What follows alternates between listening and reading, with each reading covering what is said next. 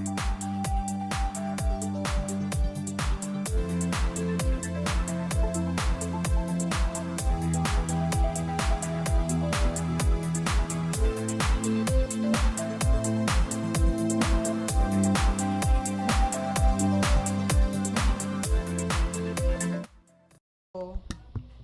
itong lakaw sa panahon karong adlaw, gi-issue kini kagana alas 5 sa buntag, Pebrero 25, ug valid for broadcast hangtod ugma usab sa buntag, February 26.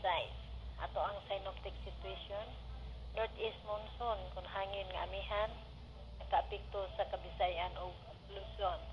Ug gumikan nini ang Kabisayan, lakip na niini ang tibok lalawigan ug ang mga dakbayan sa Sugbo, makasinating panagsa nga tunas pagkamay madagumon ang kalangitan ug adunay panagsa ug hinay nga mga pag-ulan-ulan.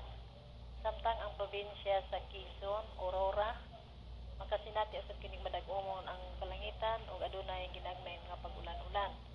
Ang Metro Manila ug ang uban nga dapit sa Luzon, makasinati usab og panagsa nga tunas pagkamay madagumon ang kalangitan ug aduna usay panagsa ug hinay nga mga pag-ulan-ulan.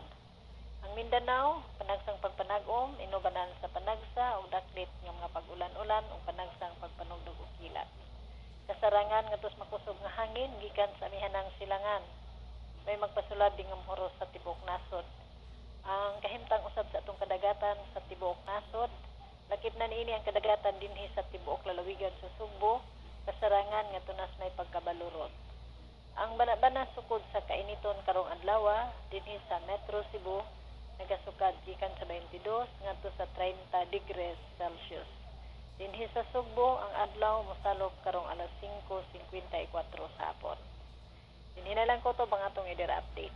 Gikan diri sa Pag-asa Mactan, Alice Canasa, Maayong buntag.